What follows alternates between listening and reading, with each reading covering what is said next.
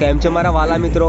જે શુભ ઘડીનો અમે ઇંતજાર હતો, આખો ભારત વર્ષનો જે ઘડીનો ઇંતજાર હતો એ ઘડી આવી ગઈ છે અને સમસ્ત ભારત વર્ષ ઝૂમી રહ્યો છે, નાચી રહ્યો છે, મન મોજ કરી રહ્યો છે. એ લોકો આજના દિવસની ઉજવણી તો સંપૂર્ણ ભારત કરી રહ્યો છે.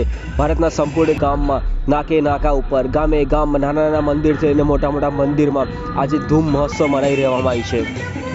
સંપૂર્ણ ભારતવાસીને જે દિવસનો ઇંતજાર હતો ને મિત્રો, એ દિવસ ખરેખર આજે આવી ગયો છે.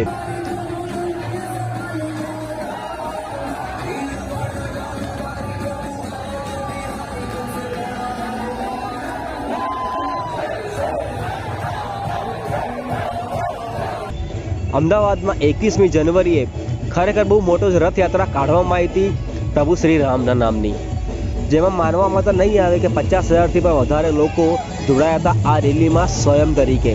એ લોકોને કોઈ પણ હાથ પકડીને ખેંચીને આ રથયાત્રામાં સામેલ કરવાનું નહોતું કહ્યું. એ લોકો પોતાના દિલમાંથી આવાજ આવી કે પ્રભુ શ્રી રામની રેલી ચાલી રહી છે અને આપણે જોડાઈને ભાગ લઈએ.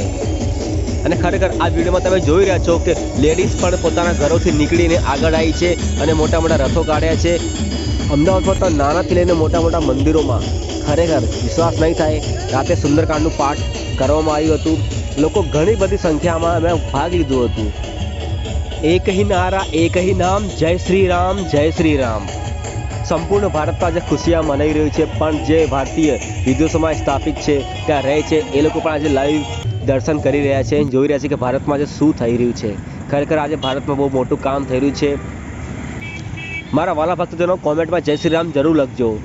અમને પણ ખબર પડે કેટલા બધા ભક્ત છે પ્રભુ શ્રી રામના. આ સિંગરવ ગામ ખાતે આવેલો પશુપતિનાથ મહાદેવજીનું મંદિર છે, જ્યાં અખંડ રામચરિતમાનસનું પાઠ કરવામાં આવી રહ્યું છે. ખરેખર માનવામાં નહીં આવે, બધા જ દેવી દેવતાના મંદિર પર આજે રામચરિતમાનસ પૂજન પાઠ ભજન કીર્તન તો લાગી જ રહ્યું છે. અને ખરેખર કેમ ના હોય, ખુશીની વાત છે, દરેક ભારતીયને ગૌરવની વાત છે. આ હનુમાનજીનું એક નાનકડું મંદિર છે, પણ બહુ જ પ્રસિદ્ધ મંદિર છે, જે રિંગ રોડ પર આવેલું છે. તો તમે જોઈ શકો છો કેવા રીતે લેડીઝો ભેગા થઈને નાચી રહી છે, ધૂમ મચાવી રહી છે અને પ્રભુ શ્રી રામના ગુણગાન કરી રહી છે.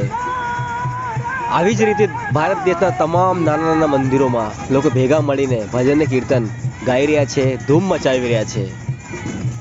ગુજરાતમાં હનુમાનજીના મોટા મોટા મંદિરોમાંથી એક મંદિર ભીમાપુરાનું મંદિર છે, જે બહુ જ જાગૃત મંદિર છે, ખૂબ જ ફેમસ અને પ્રસિદ્ધ મંદિર છે.